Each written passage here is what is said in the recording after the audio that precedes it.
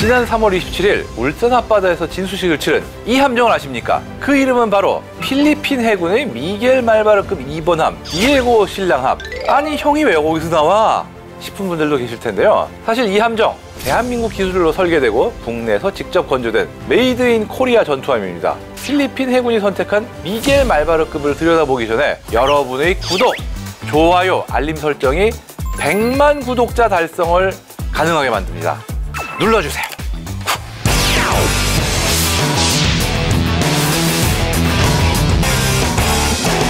2010년대 초 필리핀 해군은 심각한 함정 노후화 문제에 직면해 있었습니다. 당시 주력 전투함이라는 게 1960년대에 건조된 미국제 중고 해밀턴급 해안경비함, 해군함 정도 아니에요. 해안경비함 3척이 전부였고 2018년까지도 2차 세계대전 당시 건조된 캐논급 호위 구축함과 미국제 소해함을 운용하고 있었죠. 우리나라에서 포항급 초기함이 쇠역하자 이를 곧바로 들여와서 운용할 정도로 필리핀 해군의 전력 공백은 시급한 문제였습니다. 이렇게 들여온 포항급 이하 각종 중고함정을 알뜰살뜰 활용하고 있었지만 중국의 위협이 갈수록 커지자 더는 중국 함에만 의존할 수 없다고 판단한 필리핀은 2020년과 21년 사이 우리나라 현대중공업이 건조한 2600톤급 호위함인 호세 리잘급 2척을 도입하는데요. 이 함정들이 필리핀 해군 역사상 최초의 21세기형 신형 전투함이었습니다. 예산 부족 때문에 완성도가 다소 아쉬웠다, 이런 얘기를 듣습니다. 호세 리잘급은 현대중공업의 수출용 함형인 HDF 2600을 기반으로 건조됐는데요. 76mm 함포와 와일드캣 해상작전 헬기, 해성 대한미사일과 청상어 대잠어뢰까지는 갖췄으나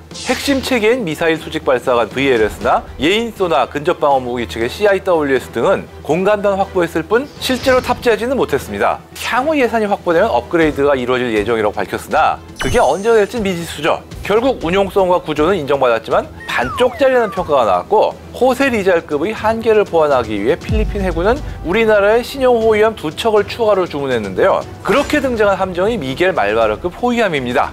호세 리잘급을 업그레이드하지 않고 후속함 먼저 도입하는 이유가 있나요? 원래 필리핀은 2013년부터 단계별로 해군 현대화를 추진해 왔는데요.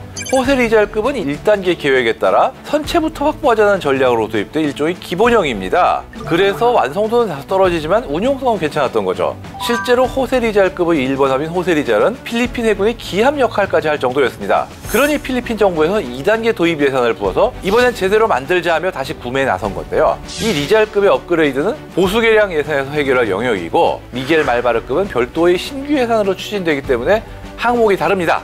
따라서 먼저 사놓은 데부터 완성하자, 이런 논리가 적용되진 않는 구조죠. 새로 등장한 미겔 말바르급은 호세 리잘급과 마찬가지로 인천급이 기반이지만 대구급의 일부 특징도 반영했던 수출용 모델인데요. 배수량은 3200톤급으로 더 커졌고 호세 리잘급에서 비워놨던 VLS도 16셀 규모로 탑재됐으며 필리핀 해군 최초로 본격적으로 VLS 덕분에 개함 방공 능력이지만 함대공 방공 능력 확보한 셈입니다. 참고로 호세 리잘급에도 함대공 미사일이 있긴 하지만 이건 미스트랄 맨페이지의 함재형 버전인 심바드 체계다 보니까 사거리가 짧고 대항할 수 있는 항공기 종류가 한계가 있다 보니까 한계가 컸죠. 반면 미겔 말바르급은 프랑스제 미카 M 미사일을 탑재해서 본격적인 방공 능력을 갖췄습니다. 게다가 호세 리잘급에서 탑재하지 못한 예인선에도 적용했다고 하니까 대잠 능력 역시 더 뛰어날 것으로 기대되죠. 다만 이 함정 역시 예산이 넉넉치 않은 필리핀의 현실을 반영하고 있는데요. 1번함인 미겔 말바르함과 2번함인 디에고 신랑함 모두 리잘급과 마찬가지로 디젤 엔진 4기를 사용해서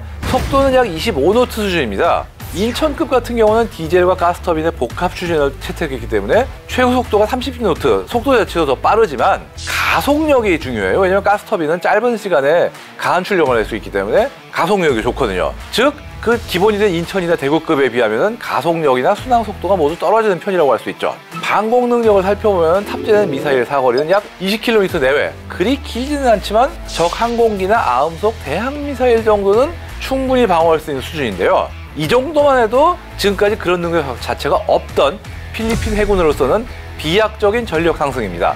전투 체계 자체는 우리나라의 한화 시스템이 만들었지만 이 전투 체계를 이용해서 통합하는 함정에 탑재된 센서류는 이스라엘과 유럽제 위주로 채워졌는데요. A사 레이더는 이스라엘제고요. CIWS는 튀르키예제 35mm, 그다음에 함대공 미사일은 아까 말씀드린 프랑스의 미카 M입니다. 그리고 대함 미사일은 국산의 해성, 대잠 어뢰도 국산 청상어 체계가 적용됐습니다.